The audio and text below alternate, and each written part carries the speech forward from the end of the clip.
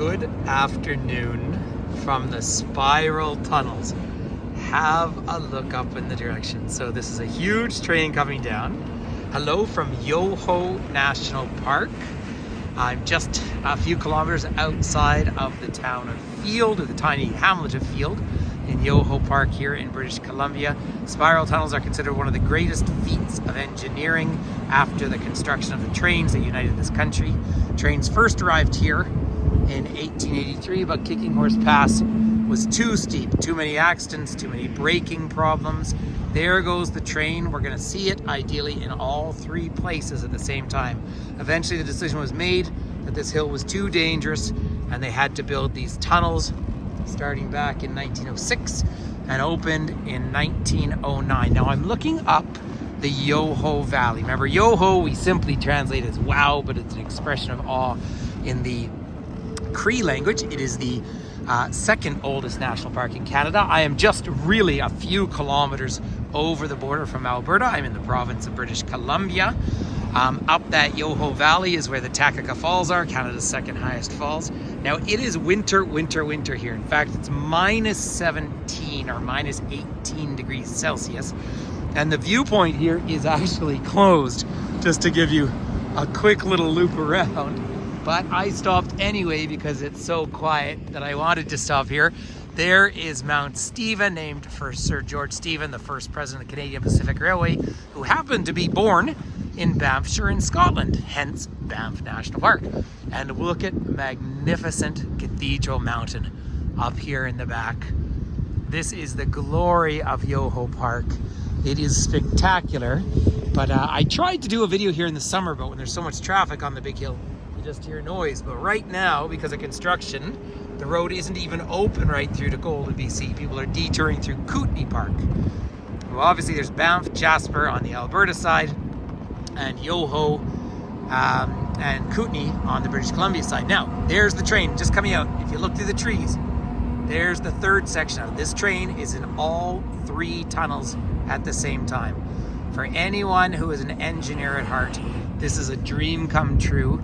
It's about 20 minutes all together from the time. This one I saw coming down from the Lake Louise area. So I drove down here and just pulled in. The official viewpoint isn't open, but no problem because there's no traffic. So I pulled in here. And of course, these are the wheels of commerce. Canadian Pacific and Canadian National are really competing with the Panama Canal for bringing freight across this continent. But it is a lucky moment to see the train in all three tunnels at the same time. I'll show you a picture of it in a minute here, but it's just such a highlight to see it here. And I've been meaning for so long to give a video of this, just looking up to the perfect light in the distance. It is pretty spectacular today. And again, the odd vehicle coming down, but very little. It is cold, I can tell you though, and I'm feeling the cold right through my gloves. But I was skiing this morning and I just thought we'd do a little sightseeing. If you haven't joined me on one of my live virtual tours, feel free to connect, find out where I'm touring on my website. But this is just one of those important sights, and to see it in the winter time. Look at that. So that train, we've still not gotten to the back. This is once again one train all together here. Just imagine if every one of those cargo or containers were being pulled by a truck, how much traffic is not on the roads, which is great news. Of course, a huge amount of engineering just to keep this going. The only passenger service that comes through this tunnel is a tourist Rocky Mountaineer train in the summer, or very rarely some other ones. I have been down through the tunnel, but it's more fun seeing it from the outside, to be honest, because when you're in the tunnel, frankly, it's dark. but there we are. Hang on just for the end of this train. This is it. So this train will go right down into the town of Field in the Yoho Valley. Sorry, in the Kicking Horse Valley. I'm looking up Yoho. This is where the Yoho meets the Kicking Horse River, named by Dr. James Hector in 1858 during the Palliser expedition when they plotted this out. And he was kicked by his horse and said that it wouldn't be a good route through, but this was chosen for Canadian Pacific back in the 1880s, really as a sovereignty thing to keep it away from American hands in those days. Now, obviously, the border is not a concern, which is great news.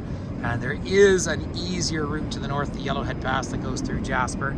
But there's still, I mean, there's industry from, well, wherever, the east of Canada, the States, from Europe, coming west, or these containers could be going on. There's the end of the train there.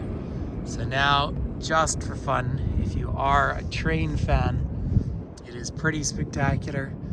So it's still doing a figure eight. Let's come back. Let me just show you one of the gratings. Look at all the snow around here.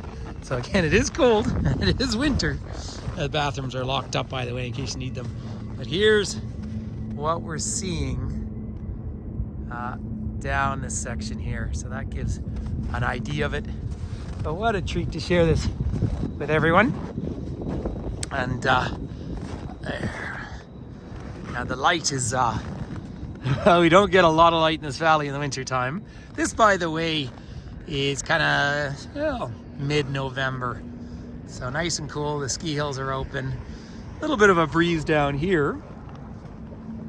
But there is still that train heading into that huge figure eight. Can you imagine that tunnel being blasted out by hand? When the original train was built, of course, the main labor here in the west were Chinese brought up from the San Francisco area. It is said for every kilometer of train here, 2 Chinese workers lost their lives. And then the government of Canada rewarded them by bringing a head tax in so they couldn't allow more Chinese to immigrate. That's a dark history in a dark bit of Canadian history, and there's lots to discuss in that. But just have a look at the tail end of the train now, just going into that tunnel. So there is a feat of engineering in every sense of the term.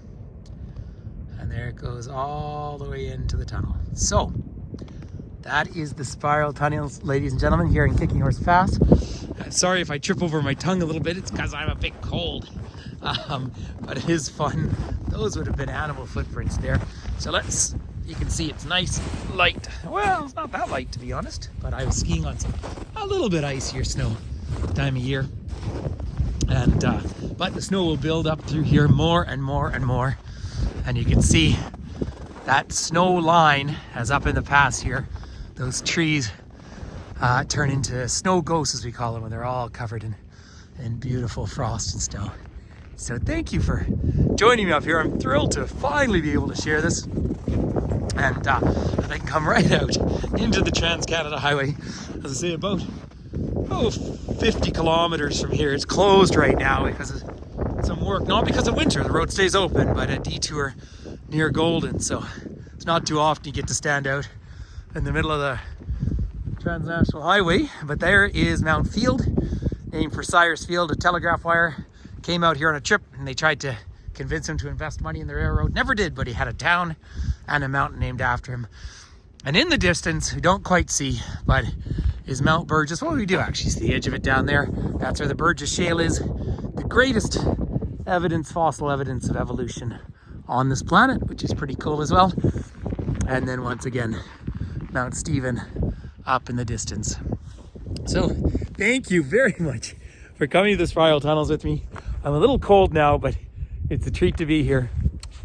Peace and love from the Canadian Rockies. Oh, and please do subscribe if you can, because gradually this channel's building up to, nearly 1,000 people or something. So that's kind of exciting. Okay, all the very best. Thank you.